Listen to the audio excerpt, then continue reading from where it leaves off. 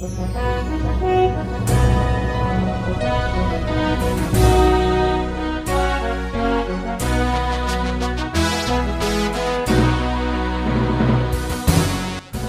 bagi saudara sekalian, marilah kita siapkan hati dan pikiran kita untuk menyambut firman Tuhan. Kita berdoa. Kasih karunia dan damai sejahtera dari Allah Bapa kita dan dari anaknya Tuhan Yesus Kristus menyertai kamu. Amin. Saudara yang terkasih, firman Tuhan yang menjadi nas khotbah dalam kebaktian ibadah rumah tangga Epistel Minggu tanggal 19 Mei tahun 2024 tertulis dalam kitab Kejadian pasal 41 ayat 37 hingga ayat 42. Beginilah firman Tuhan. Usul itu dipandang baik oleh Firaun dan oleh semua pegawainya. Lalu berkatalah Firaun kepada para pegawainya, "Mungkinkah kita mendapat orang seperti ini, seorang yang penuh dengan roh Allah?" Kata Firaun kepada Yusuf, "Oleh karena Allah telah memberitahukan semuanya ini kepadamu, tidaklah ada orang yang demikian berakal budi dan bijaksana seperti engkau. Engkau menjadi kuasa atas istanaku, dan kepada perintahmu seluruh rakyatku akan taat. Hanya tahta inilah kelebihanku daripadamu." Selanjutnya Firaun berkata kepada Yusuf, "Dengan ini aku melantik engkau menjadi kuasa atas seluruh tanah Mesir." Sesudah itu Firaun menanggalkan cincin meterainya dari jarinya dan mengenakannya pada jari Yusuf. Dipakaikannya lah kepada Yusuf pakaian daripada kain halus dan digantungkannya kalung emas pada lehernya. Demikian pembacaan firman Tuhan. Saudara yang terkasih, tentunya kisah Yusuf adalah suatu kisah yang tidak asing lagi bagi kita, di mana Yusuf adalah anak Yakub yang paling berhikmat. Bahkan dikatakan Yusuf adalah anak kesayangan dari Yakub. Sejak masa kecilnya, Yakub telah menunjukkan cinta kasihnya kepada anaknya itu, yang melebihi dari anaknya yang lain. Tetapi rasa sayang Yakub ini membuat hati anak-anaknya yang lain cemburu terhadap Yusuf. Itulah sebabnya muncul rasa kebencian di antara saudara-saudaranya, di mana mereka pada akhirnya merancangkan hal-hal yang jahat, hal-hal yang tidak baik kepada Yusuf. Mulai dari menangkapnya dan menjatuhkannya ke dalam sumur, kemudian menjualnya ke orang-orang Midian. Lalu Yusuf dijual ke Potifar, dan di rumah Potifar sesaat ia pernah merasakan hidup yang nyaman. Tetapi karena perilaku istri Potifar yang memfitnah Yusuf, akhirnya Yusuf pun dijebloskan ke dalam penjara. Saudara yang terkasih, sungguh begitu banyak penderitaan yang dialami oleh Yusuf. Di antara orang-orang yang ada di sekitarnya ternyata begitu banyak orang yang benci kepadanya.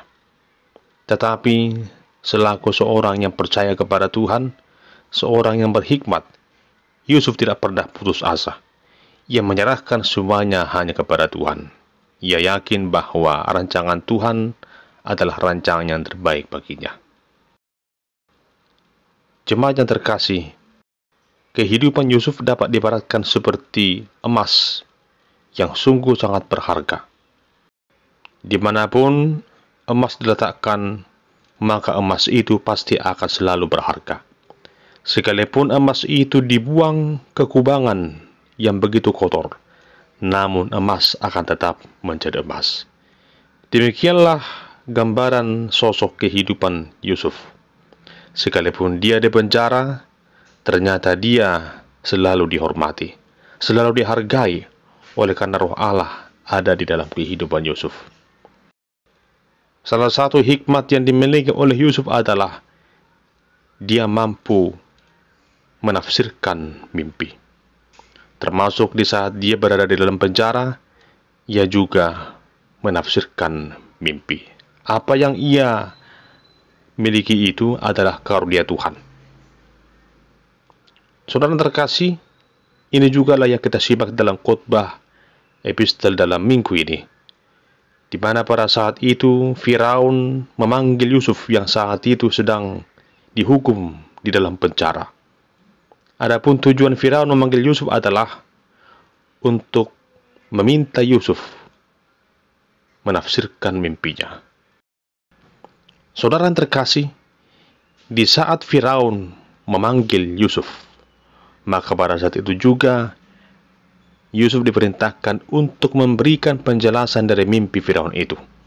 Dan memang benar, Yusuf sanggup memberikan penjelasan dari mimpi Firaun, di mana akan terjadi 7 tahun berkelimpahan dan 7 tahun masa kelaparan.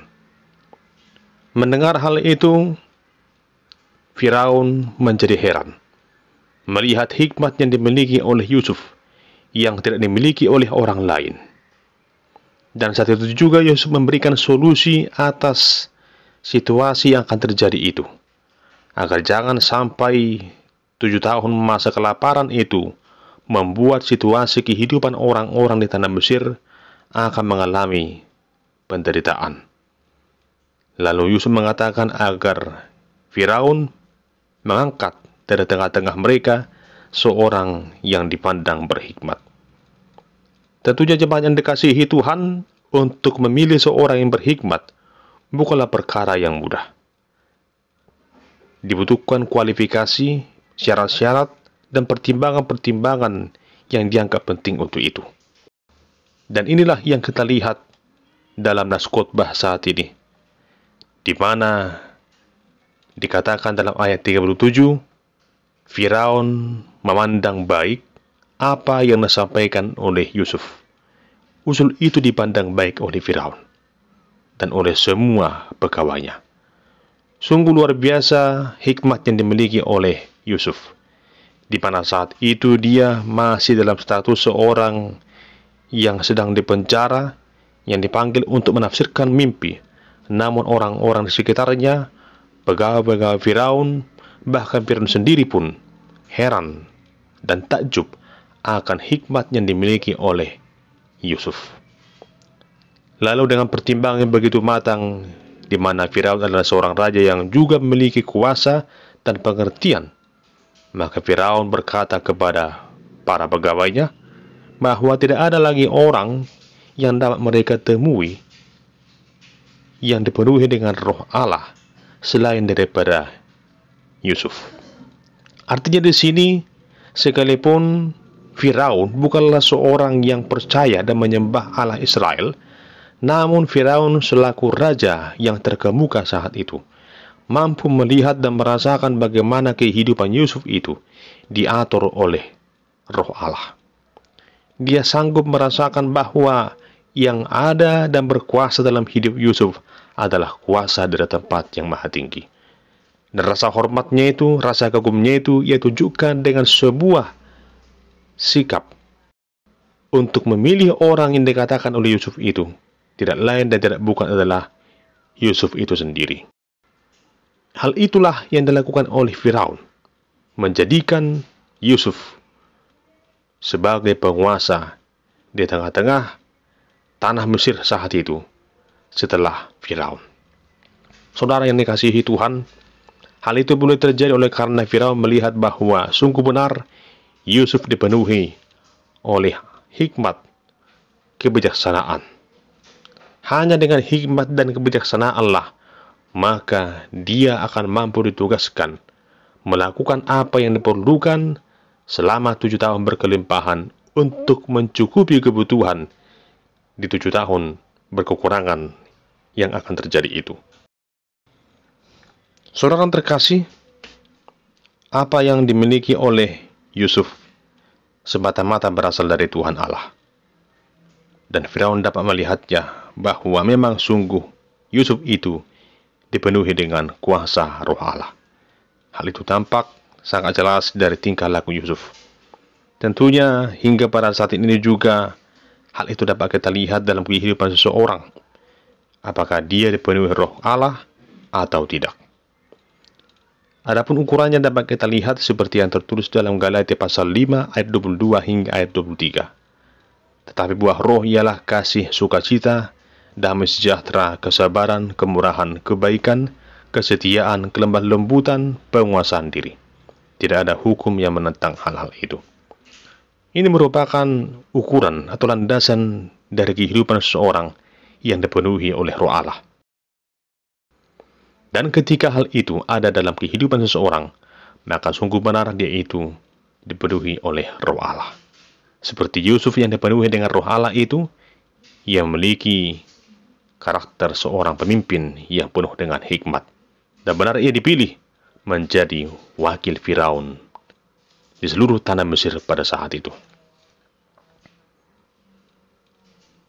Jemaat yang terkasih, kekaguman Firaun terhadap Yusuf tidak hanya ditunjukkan lewat pemilihannya menjadi pemimpin di tanah Mesir. Namun Firaun menanggalkan cincin meterainya dan mengenakannya pada jari Yusuf. Dipakaikannya juga kepada Yusuf pakaian dari kain halus dan digantungkan ke leher Yusuf kalung dari emas. Ini merupakan sebuah sikap hormat dari Firaun terhadap Yusuf. Sekiranya mereka baru saja bertemu, bahkan Yusuf adalah seorang tahanan, namun Firaun melihat bahwa Yusuf adalah sosok yang sungguh dipenuhi dengan hikmat yang dari Tuhan Allah. Sehingga apa yang paling berharga dalam hidup Firaun diberikannya juga kepada Yusuf. Apa yang sungguh sangat berarti dalam kehidupan Firaun diberikannya kepada Yusuf. Jemaat yang terkasih, hal itu terjadi oleh karena Roh Allah diam dalam kehidupan Yusuf. Tentunya hal yang sama juga dapat kita rasakan dalam hidup ini. Ketika kita dikuasai oleh Roh Allah, maka kita akan memiliki hikmat dan pengertian lebih dari segala-galanya. Ketika Roh Allah berkuasa dalam hidup kita, maka kita akan dimampukan melakukan beragam hal dalam hidup ini. Kita akan dihargai, kita akan dihormati orang lain, kita akan memiliki hikmat, kekuatan, kesabaran, ketabahan, dan kebijaksanaan dalam menjalani hidup ini. Saudara yang terkasih, tentunya kita mengharapkan agar kita maupun juga anak cucu kita kelak adalah orang-orang yang penuh dengan hikmat, sama seperti Yusuf. Tentunya adalah baik jika kita ataupun juga anak cucu kita menempuh pendidikan yang sangat tinggi, dengan tujuan dan harapan agar kita atau juga anak cucu kita itu menjadi orang yang berhikmat, orang yang pintar, orang yang terkemuka. Namun jangan lupa bahwa hikmat itu berasal dari Tuhan Allah. Oleh karena itu jangan pernah melupakan kuasa Allah dalam kehidupan ini. Orang yang berserah kepada Tuhan pasti akan Tuhan sertai, akan Tuhan urapi dengan Roh-Nya yang kudus itu. Hikmat itu berasal dari Tuhan Allah yang mampukan kita untuk melakukan beragam hal dalam hidup ini, untuk menyatakan keadilan, damai sejahtera, dan sukacita dimanapun kita berada. Sama seperti Yusuf menjadi seorang pemimpin yang disegani, pemimpin yang berhikmat, hanya oleh karena hikmat yang ia miliki itu adalah berasal dari Tuhan Allah. Maka pada saat ini juga mintalah agar Roh Allah tinggal dan berkuasa dalam kehidupanmu.